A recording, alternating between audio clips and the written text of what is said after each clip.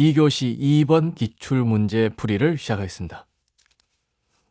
2교시 2번은 증폭기의 비선형 특성으로 발생하는 문제점 중 다음 항목에 대해 설명하시오. 그래서 IP3, P1DB, 상호 변조의 개념, 상호 변조에 의한 왜곡 현상, 상호 변조 왜곡의 경감 대책 총 5가지를 실물한 문제입니다. 개요는 제 증폭기의 비선형성이나 IP3, P1DB 상호점의 어떤 문제점, 그리고 이런 걸 최대한 경감한 대책을 적용해야 한다라고 개요를 간단하게 적으시면 됩니다. 두 번째, 5개 물었습니다만은 통신 시스템의 비선형 특성에 대해 적으시고 나머지 문제점과 질문한 것에 답변하는 방향으로 서술하시면 됩니다. 일단 선형성과 비선형성입니다. X가 입력이 되면은 여기는 LTI 시스템이겠죠. 여기 보시면 Y, 출력 Y는 이제 fx이고요. 이렇게 A가 예를 들어서 노이즈가 될 수도 있겠죠. 노이즈가 있고 B의 크기로 증폭된 X의 신호를 볼 수 있을 겁니다. 그리고 2개 신호가 들어왔다. CX1 플러스 DX2 그러면 마찬가지로 이렇게 C와 D가 선형적으로 증폭이 되고 원 신호인 X1, X2가 비례적으로 된다 라고 하신 것이 선형성입니다. 비선형성입니다. X라는 것이 입력이 되었는데 대표적인 게 저희 보면 트랜지스터 되고요. 다이오드 같은 게 대표적인 비선형 소자입니다. 여기 노이즈, 증폭된 부분, 감소되거나, 근데 이렇게 하모닉 성분이 추가로 발생한다. 라는 것이 비선형성으로, 수식과 그림으로 표현할 수 있습니다. 조금 더 구체적으로 배점도로 보여한다면, 한 개의 주파수가 들어가는 그 주파수가 증폭이 되거나, 감소가 되거나, 나와 있습니다만, 요 Fpo인트 였을 때, 결국엔 2배, 3배에 되는 고도파가 발생한다. 라고 하시고 증폭기가 대표적인 비선혈로다 라고 서서시면 됩니다. 자, 그러면은 증폭기의 비선형이 생기면 어떠한 문제 생기냐? 결국에는 3차 하모닉스에 의한 왜곡이죠. 왜곡이 발생하는 IP3 부분. 그 다음 세츄레이션, 전체 출력적인 측면에서 포화가 발생하는 P1DB 문제. 그리고 이 인터모듈레이션이라고 해서 타 주파수 원의 간섭 현상을 나타내는 상호 변조. 요거 3개로 적으시면 됩니다. 자, 질문한 거 답변 서술입니다. 우선 IP3입니다. IP3는 1차 증폭 출력 전력과 IM3 성분 3차 항이 포화되지 않고 계속 증가한다. 요 그림을 보시면 계속 증가한다는 가정하에 같아지는 지점, 요 지점을 IP3라고 볼 수 있습니다. 왼쪽에 개념 그림이 있습니다. 지금 기본적인 원 신호가 있고요. 3차는 IM3 신호가 작습니다. 점점 증폭을 하면 할수록 이게 빠른 속도로 올라가서 원 신호와 같아지는 지점, 요 지점을 P3라고 합니다. 요렇게 출발해서 증폭기가 이제 어떻게 IP3 개념을 이제 설명하는 것이죠. 보시게 되면은 결국에 여기 좀 작습니다만은 여기가 아웃풋 OIP3 지점, 여기가 인풋 IIP3 지점입니다. 만나는 가산의 점. 근데 실질적으로 증폭기는 이렇게 되겠죠, 그죠? 그래서 보게 되면은 요 IMD 여기에는 이제 요 IMD 성분이 얼마나 이제 요가 확보하느냐가 결국에는 증폭기의 성능을 좌우한다라고 보시면 되겠습니다. 결국에는 IP3의 의미는 뭐냐 그러면 3차 인터모듈레이션이 적정하게 억압되어 있느냐 그 증폭기가 그것을 나타내는 지표라고 볼 수 있습니다. 자, 두 번째입니다. P1DB입니다. 1dB 개인 컴프레션 포인트로 해가지고 마찬가지로 포화되지 않는다고 가정한 출력과 실제로 포화되기 시작한 곡선바의 차이가 1dB가 되는 그 출력 전력을 의미하는 것입니다.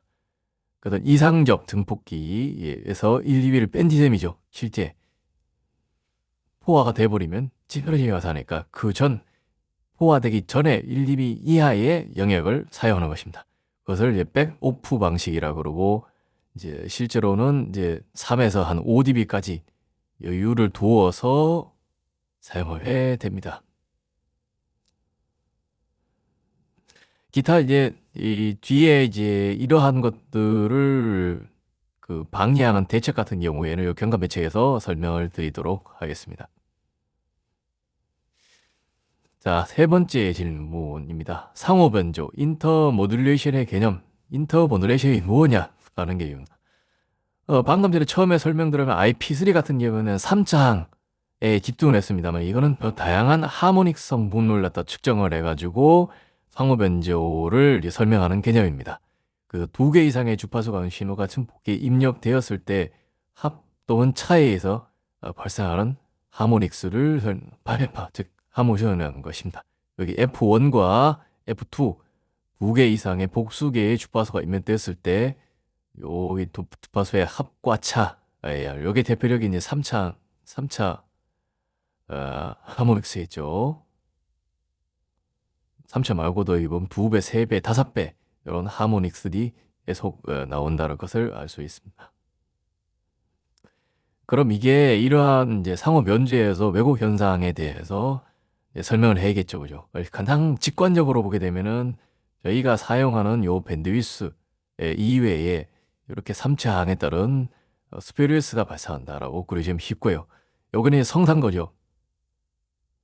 성상도인데 이렇게 깔끔한 형태의 성상도의 위상과 진폭의 왜곡이 일어나는 것을 볼 수 있습니다. 참고적으로 이 관련돼 가지고 측정할 수 있는 게 EVM과 MER 있겠죠. EVM은 에러 벡터 매그니튜드라고 해서 오차 벡터의 평균 크기를 비율로 나타내는 것이죠. MER은 일종의 그 신호대의 잡음, 오차의 비율인데 dB 단위로 표시한 것입니다. 참고적으로 연계해서 동필 이론 측면에서 가져주시기 바랍니다. 자, 경감 대책입니다. 경감 대책은 필터링 할 수도 있고요. 피드백 할 수 있고 프리디스토션, 피드포드 방식으로 할 수 있습니다. 거기에 대해서 다음 참고 자료로 설명드리겠습니다. 프리디스토션입니다. 미리 요 그래프 쉽죠? 미리 왜곡된 신호를 집어넣어서 요 증폭기의 특성과 합쳐져 가지고 이러한 선형적인 특성을 얻을 수 있다 라는 것을 간단하게 주식냅니다. 고의적으로 증폭기와 반대되는 입력을 갖다가 만들어서 입력을 시킨다. 최근에는 이런 부분들도 디지털 필터로 구현한다 하시면 되고요. 그 다음 피드백입니다. 이건 뭐 아날로그에서 있는 그 왜곡 선물을 뒤로 돌려가지고 좀 줄이겠죠. 크기를 갖다가 축소를 시켜가지고 다시 돌리는 것입니다. 출력 측에 비선형 선물은 추출해서 이를 일부러 네거티브 피드백을 거는 것입니다. 간단합니다. 구현이 용이하고 성능은 그만큼 뛰어나지는 않습니다. 가장 어렵고도 중요한 게 피드포드 방식입니다. 나중에 구글링 하시면 이런 부분들이 있는데 들어간 게 여기 보십시오. 하모닉스가 발생합니다. 여기서 빼가지고 요 하모닉스의 반대 성분을 띄어서 역상결합, 요 증폭을 해가지고 여기하고 요것과 역상결합을 시킵니다. 그러면은 원신호, 가장 깔끔한 요 원신호를 빼고 나머지 이렇게 생겼던 하모닉스, 요 밑에 하모닉스와 더해져서 깔끔한 신호만 나오는 구조입니다. 요 브록 다이어그램을 잘 기억하시기 바랍니다. 중요한 것은